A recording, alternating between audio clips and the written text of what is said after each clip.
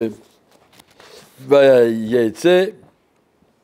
arrive à l'événement le plus, on va dire, le plus douloureux, peut-être, de tout le Chumash, lorsque Rachel, la nuit de son mariage, est obligée de renoncer à sa place et de laisser passer sa sœur Léa à sa place. Elle était fiancée. Elle attendait ce mariage, elle savait qui c'était Yaakov. Elle savait qu'est-ce qu'elle allait construire avec Yaakov. Et puis, tout d'un coup, hop, son père lui a fait un truc. Elle aurait pu dénoncer. Elle aurait pu dire à Yaakov, attention, il y a une farce, quelqu'un qui veut tricher. Ils avaient prévu le coup, ils avaient donné des simanim. Et Rachel s'est dit, si maintenant ma sœur va aller sous la choupa, elle n'avait pas le choix. Mais si elle va aller et qu'elle va être reconnue, ma sœur aura honte devant tout le monde. Je ne veux pas que ma sœur ait honte. Alors il lui a donné tous les simanim. Elle lui a aidé à prendre sa place.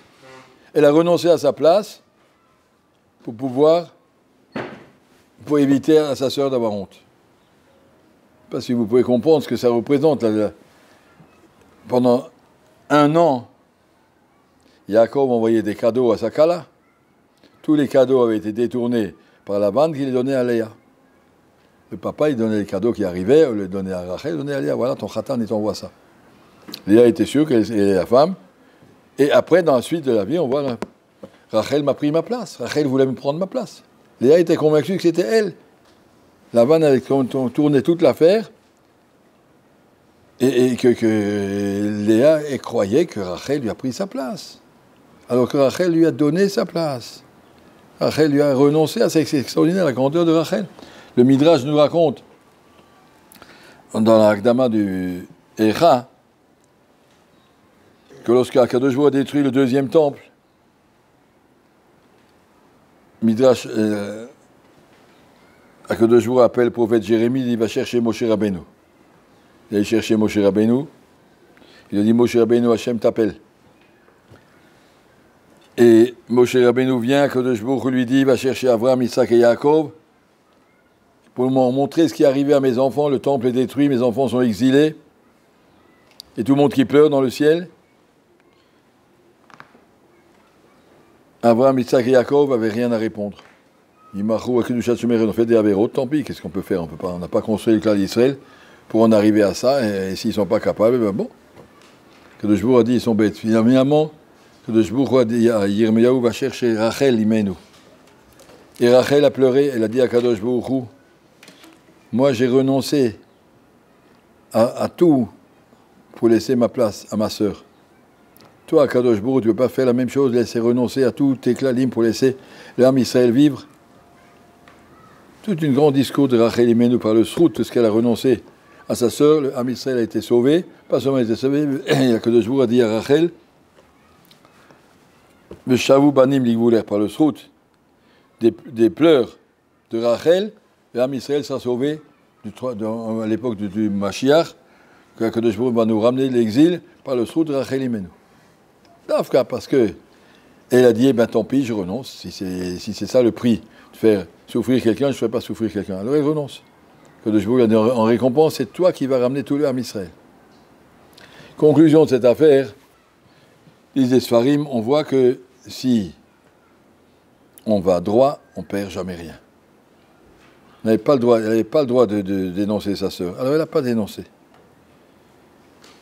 Et elle n'a pas perdu, elle a gagné. C'est elle qui va sauver tout le Ham Israël. Le srout de Rachel, le Léa Shebanou Shtem et Bet Hashem. Rachel a sauvé le Ham Israël. Va sauver le Ham Israël. Par son srout, on est encore là. On raconte on a entendu cette histoire, c'est au Shiva de Kol Torah, il s'appelle Moshe Yehuda Schlesinger Shlita. Au Shiva de Kol Torah, un grand homme, et puis un monsieur d'Amérique qui lui téléphone, une histoire connue, qui lui dit, vous êtes Rosh Shiva, oui. J'ai envie de vous donner une somme importante, je crois que c'est 100 millions de dollars pour la Yeshiva, mais une condition. Vous me promettez que j'ai l'Olam Haba. Shiva a dit, moi je ne distribue pas l'Olam Haba, je ne peux pas vous promettre. Je peux vous dire ce qui est marqué dans les Gmarot et les Midrashim, ceux qui soutiennent la Torah, mais l'homme là-bas, je ne peux pas vous promettre. Ça dépend de toutes les autres choses que vous faites. Un monsieur, il fait toutes les avéros du monde, après il donne de l'argent à l'Yeshiva, il repasse son là-bas. Je ne sais pas, c'est magnifique ce que vous donnez pour l'Yeshiva. Il ne peut pas y avoir un plus grand route que ça, mais moi, je ne peux pas vous promettre là-bas, c'est pas moi qui décide.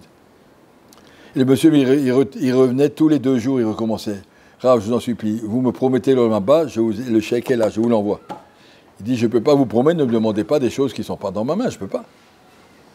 Mais votre yeshiva, ma yeshiva ne me permettra pas de mentir, je ne vais pas vous promettre là-bas, je ne peux pas. Et à la fin, qu'est-ce qui s'est avéré?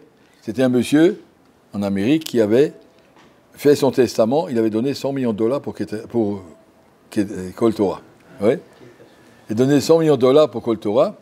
Et ce monsieur d'Amérique, il a des héritiers qui n'étaient pas religieux, qui ont payé un avocat pour dire que leur père ou leur grand-père qui avait donné cette somme, s'était fait baratiner par les rabbins, que c'est pour l'Olam Haba, ça vaut la peine de donner ton argent, tu auras l'Olam Haba, ça tellement bien pour toi. Et donc l'avocat, il s'est déguisé, il a téléphoné tous les jours, voilà, je suis un donateur, le donner. Il enregistrait pour que le Rav lui dise, mais il n'y a pas de problème, je vous le garantis, je vous le signe, vous aurez là-bas Olam Haba, vous serez assis à côté du truc, et du Père et du Fils et du bénéfice, ce serait absolument extraordinaire, et ce sera très beau. Il attendait que le Rav lui dise ça. Le Rav ne lui a pas dit. À la fin, l'avocat lui a dit, écoutez, monsieur, je suis un avocat, j'aurais voulu que vous le disiez, vous ne l'avez pas dit. Et bien voilà, votre testament est là, il a envoyé les $100 millions. Une histoire vraie, et donc à savoir, encore une fois, si on ne ment pas et qu'on ne triche pas, à la fin on y gagne. Si on ment et qu'on triche, à la fin, de toute façon, on a perdu de tous les côtés. Apprendre à ne pas tricher, à ne pas mentir, à aller droit, et Bezat Hashem, on réussira dans la vie. C'est l'exemple de Rachel Imenu. Merci.